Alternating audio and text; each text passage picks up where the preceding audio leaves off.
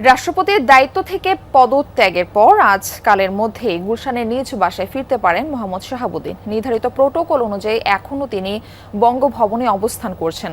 জানা গেছে, আজ বঙ্গভবনের কর্মকর্তা কর্মচারীদের সঙ্গে বিদায় বৈঠক করেছেন তিনি। রোববার আনুষ্ঠানিকভাবে বঙ্গভবন ত্যাগ করে গুলশান ১ নম্বরে তার নিজস্ব ফ্ল্যাটে চলে যাবেন।